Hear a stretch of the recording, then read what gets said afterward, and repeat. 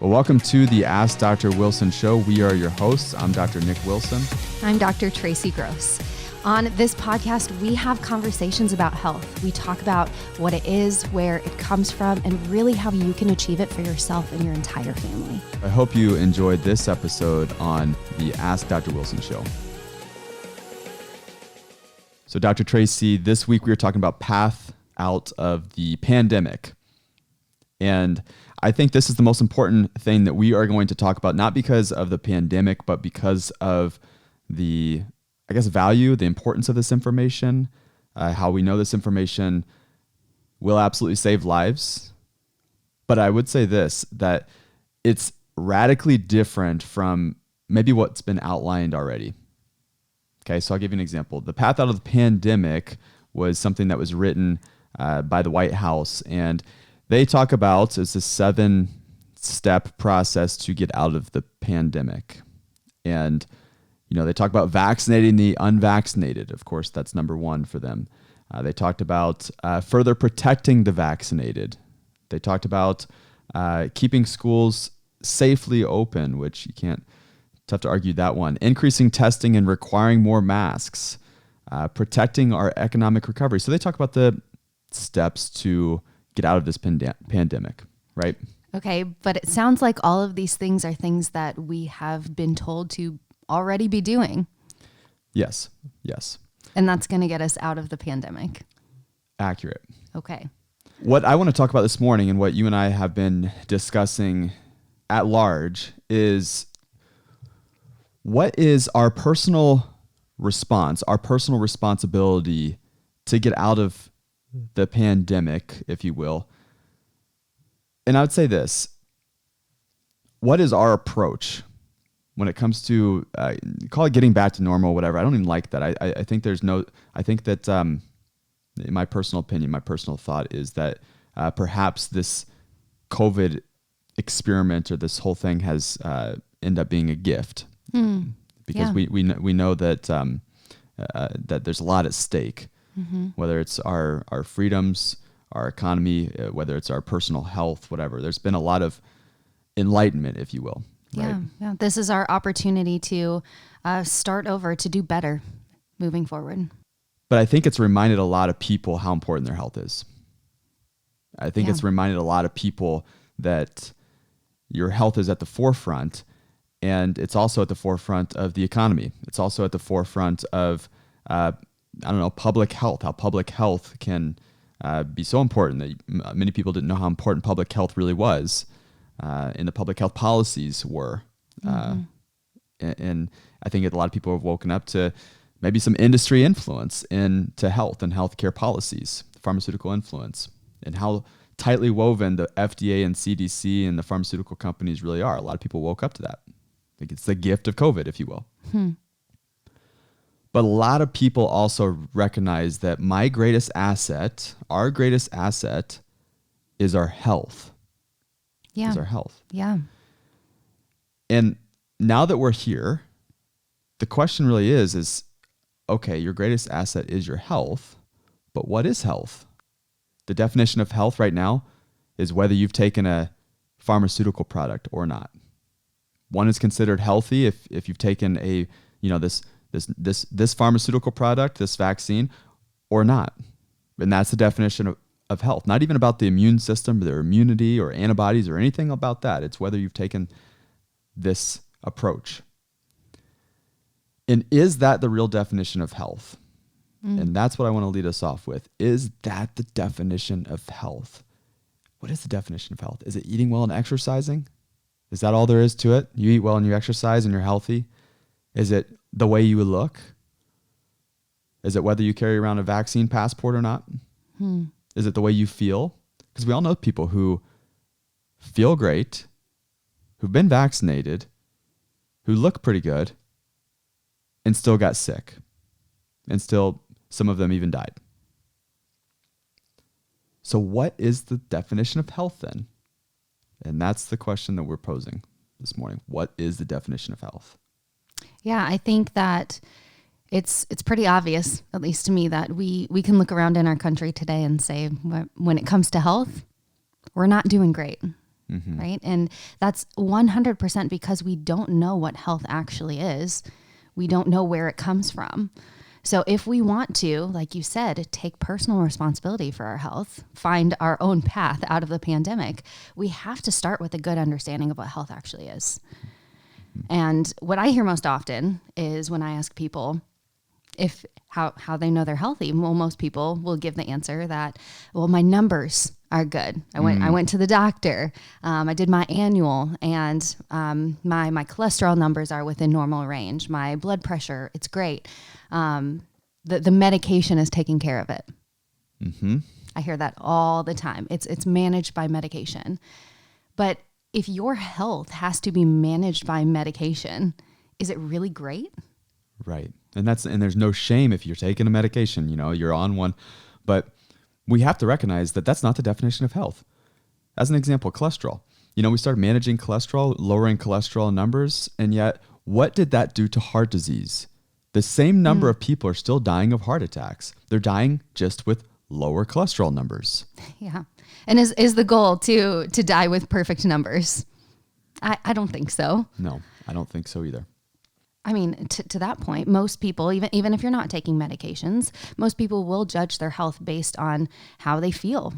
Right. That's what we're taught to do, really.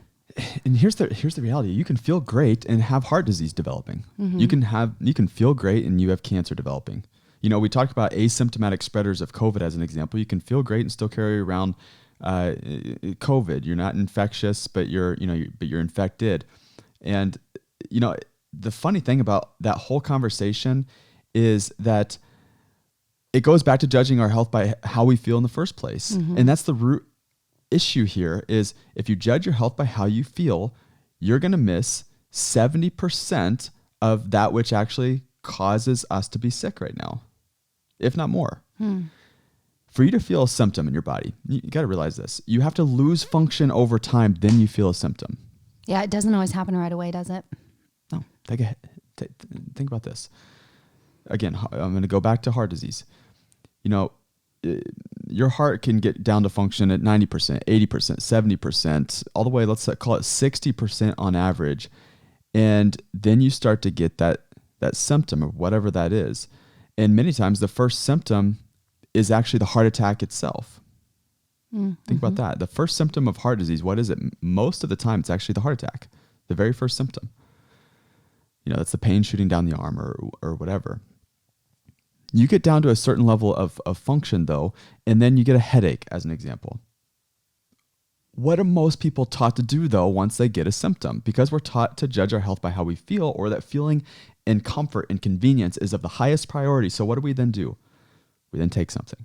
Instead of villainizing symptoms and trying to do everything that we can to get rid of them and feel comfortable, take a moment to honor the symptoms and recognize that is such a gift because it enhances your trust in your body. Your body is always telling you, it's always giving you information. There's something you need to do about this. This is going great, or you need to change up your practices here. You need to help me out in my healing process.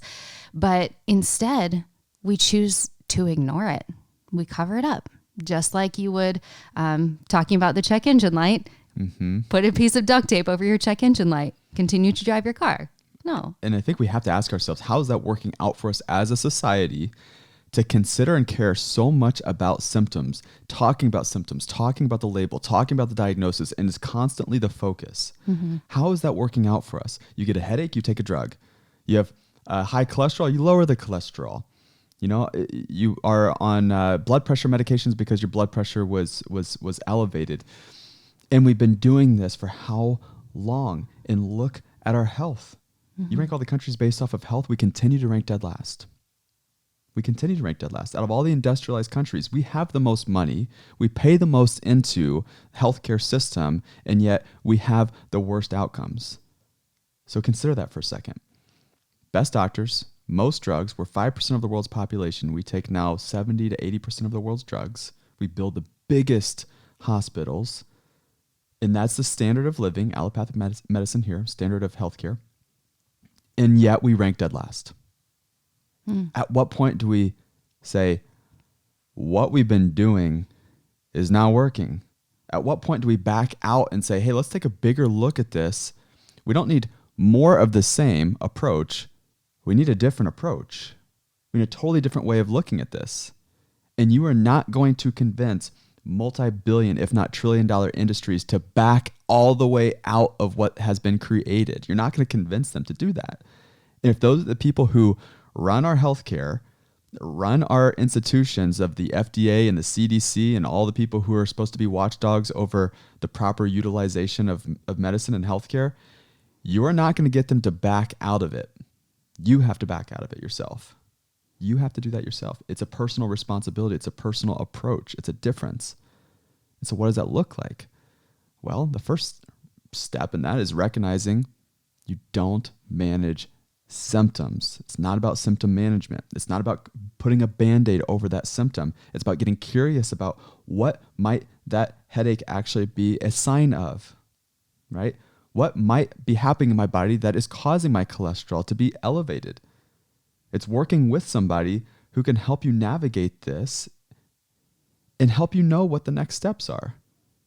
We don't all have to be experts on medicine. Thank God. We don't have to be experts on all the different drugs that are out there, but we need to be in tune with our bodies and what our bodies are trying to tell us.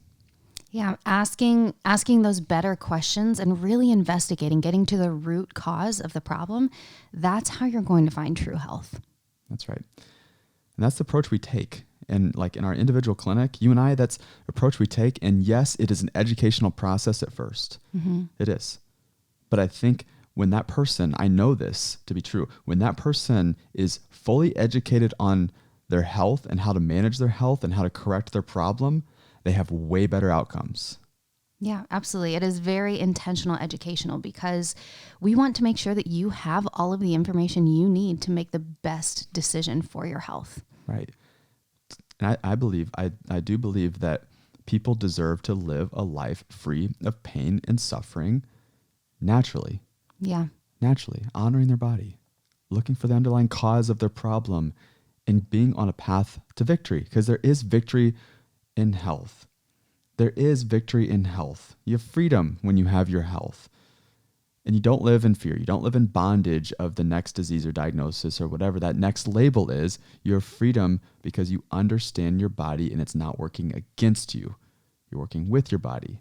You're working with your body to achieve that health goal or that outcome or getting rid of that problem or whatever that is. You work with your body and not try to trick it into doing what you think it should do at the time that you think it should do it.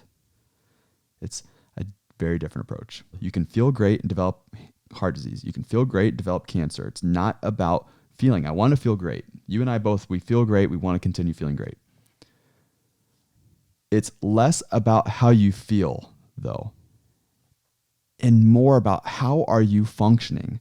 How's your body functioning? Body, mind, spirit. How are you functioning? And the World Health Organization used to define health as optimal functioning, both body, mind, and spirit. And the question really comes down, and what it comes down to, I think, is, because you think about this, when your heart is functioning at 100%, you don't get heart disease. When your immune system is functioning at 100%, you don't get the seasonal flu. You don't get COVID. You don't get, even think about cancer. We have cancer cells in our body. Their only job is to seek out, surround, or we have cells in our body that seek out cancer, that destroy cancer. Their only job is to kill cancer inside of our bodies. So when our immune system is functioning and those cells are functioning at their highest capacity, it's doing its job, right? It's doing everything that it can. And you've heard this concept of homeostasis, and some people might be unfamiliar with that term, but it's the body's innate adaptation to its environment to keep us in balance. You know, the temperature outside goes up, and what happens? We sweat, right? Mm-hmm. We don't have to think about sweating, but we sweat to keep us in balance.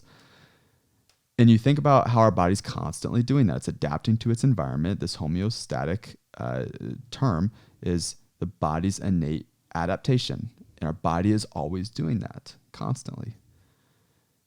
And so how does this relate to like what is health? Well, if you're talking about optimal function, you have to then look at what controls that adaptation. What controls the body's response? What is the most important system in the body right now that controls health, all healing, all functioning, all regulation, all adaptation. And this is the part that I think is the missing link in healthcare, and the problem that I believe is very overlooked in the system that I think is completely neglected in modern medicine. The most important system in the body. What do most people think that the most important system is in the body? When we ask that question, hey, what do you think the most important system is in the body? What do most people say? Most people would probably say cardiovascular, my heart. It's important. That's right. Right. Most people say my heart, because heart disease is the number one killer. Yeah. By the way, number one killer. Cancer is right behind us. So some people will talk about the immune system now because of COVID. They'll talk about how important the immune system is. Some people say hormones, how hormones are vitally important. Well, let me ask you something. What controls your heart? What controls your immune system? Think about this. If we had a fresh cadaver here, just a freshly dead person, right? Okay. Just follow this for a second, this line of thinking. If you cut that cadaver's leg, is that leg going to heal? No, but it still has all of the immune properties right there. It has all the red blood cells. Everything is intact right there. The heart is still there, right? If we took that cadaver and we fed it supplements like, CoQ10 and curcumin, and we gave them B vitamins and fish oil and vitamin D, is that going to have any impact on a dead person's body? What if we just injected it right in there? No. Why? Because it's not alive. It's dead, right? It's dead. The brain is off. Yeah. So when the brain stops, you stop. So the most important system in your body is which system? It's your nervous system, brain and spinal cord. Your brain and spinal cord controls everything. For your heart to be beating, for your lungs to be breathing, for that cut to heal on the leg, information has to start in the brain and travel down the spinal cord, goes over the nerves, every organ, every signal. We run on electricity. We are electric on the inside. We vibrate on the inside. This is what's happening inside you and I. And we neglect the one system that controls all health and healing inside of the body. We neglect it completely. You think about it, we go to our annual physical. If you do an annual physical, we check the heart, we listen to the lungs, we do the blood work and the white blood cells, and we check all of that. But who's checking the functioning of the nervous system? How well it is adapting to its environment, how well it is responding, how well it's working. Yeah. And that's one of the biggest things that's overlooked that I see, is that people spend their entire lives addressing each individual part of their body. They have digestive issues, so they look at all of the different components of the digestive tract and try to find problems with that symptom or with that system. And then when they do get symptoms, well, the best that our healthcare system currently can do for us is medications to address those symptoms, to look kind of myopically only at that one individual part and treat it until they run out of answers. And the problem with that is when we're picking apart the body, when we're treating one system at a time, we're not actually getting to the root cause of the problem. If the problem is in the nervous system, no one's going to find that at an annual physical. That's right. So that's why we do deeper investigation. That's why we start there. And that's why so many of the people that we see, they get such great results. Right. Because maybe it wasn't a problem with the digestive system. Maybe it wasn't a problem with the heart. Maybe the actual root of the problem is lying in the nervous system. That's right. And I'm going to toot our own horn for a second. It's why we see miracles. Yeah. What medicine and others would consider medical miracles, we see those types of things on a regular basis. And it's because we start with a very different approach. We look at the nervous system and we say, the nervous system is controlling all health and healing inside of the body. It's vibrating. It's electric. And we don't want that system to be diluted, if you will. We don't want that system to be hushed. We don't want that candle to be, not burning at its brightest. And so we look at that and we look at the areas that are being interfered with, the areas that, let me use a different word than interference. Those areas of dysfunction, those areas that are not working optimally, the causes of why that would not be electric or at its most electric. And we look at those different areas and we say, okay, that's a problem. Regardless of the symptom, that there is a problem. And when you correct that problem, what you start to see is not just that symptom improve, but then you start to see their life improve.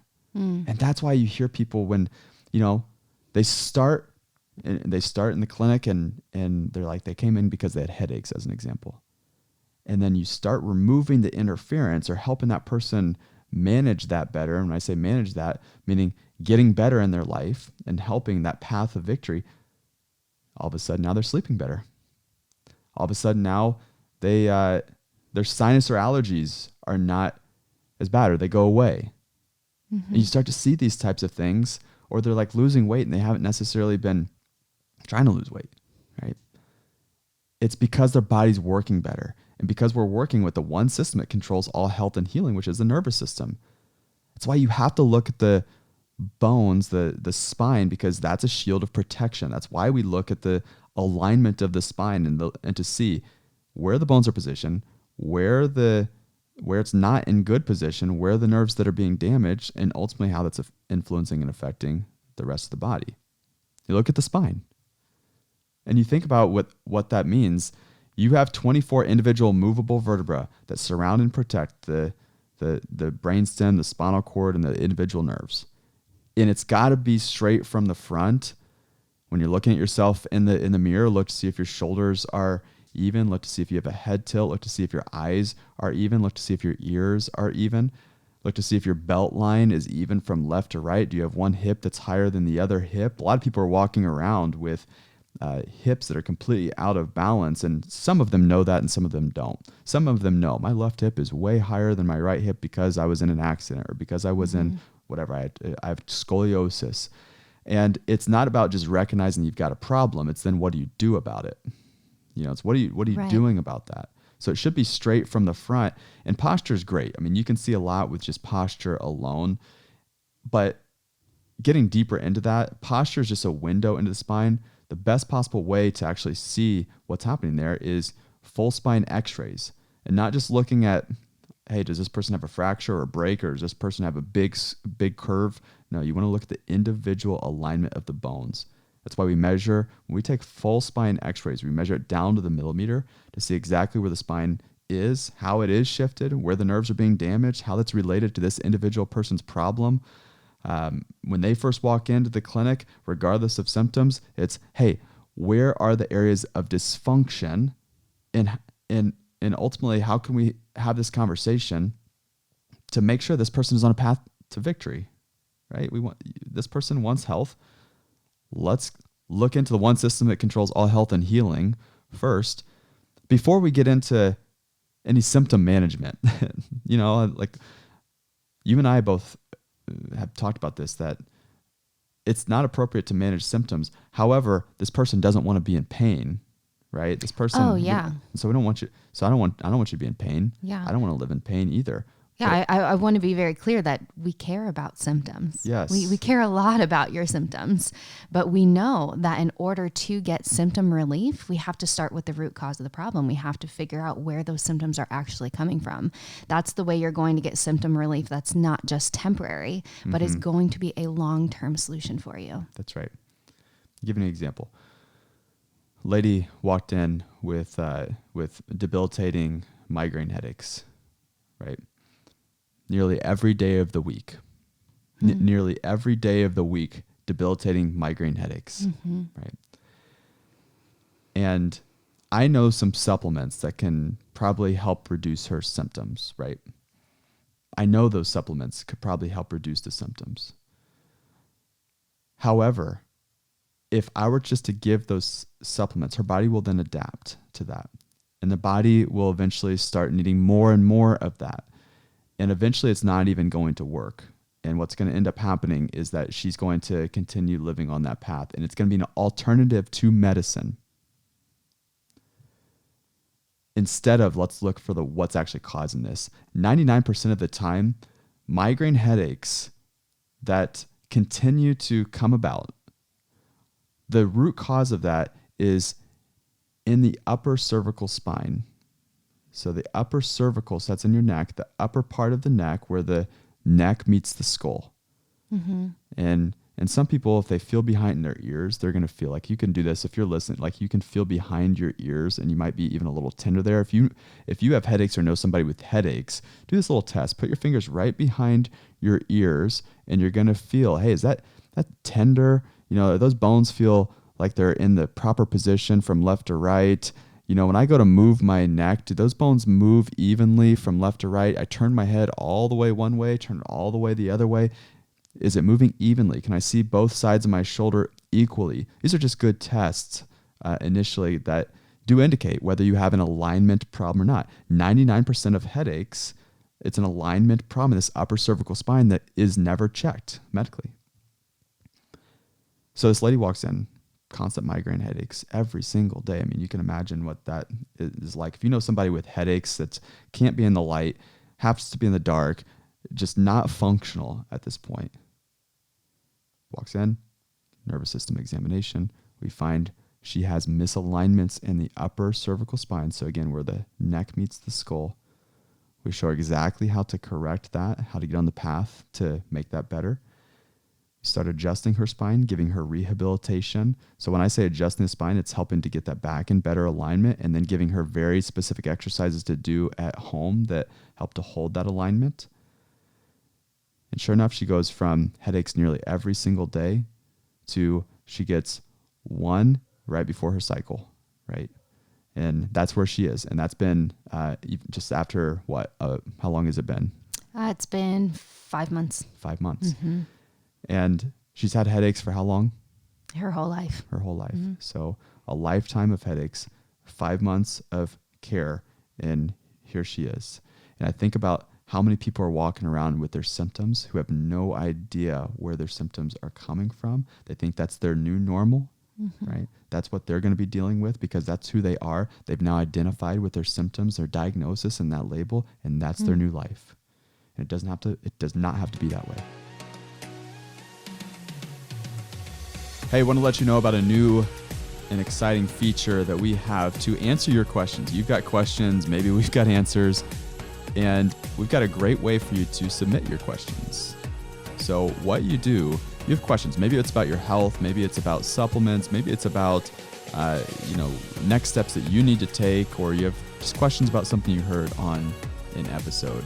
What you do is you go to dr-wilson.com, click on podcasts, and you can record your customized message right there. Keep it under 90 seconds, and Dr. Traci and I will answer your question on upcoming shows. So go to dr-wilson.com and submit your audio question and listen for your answer.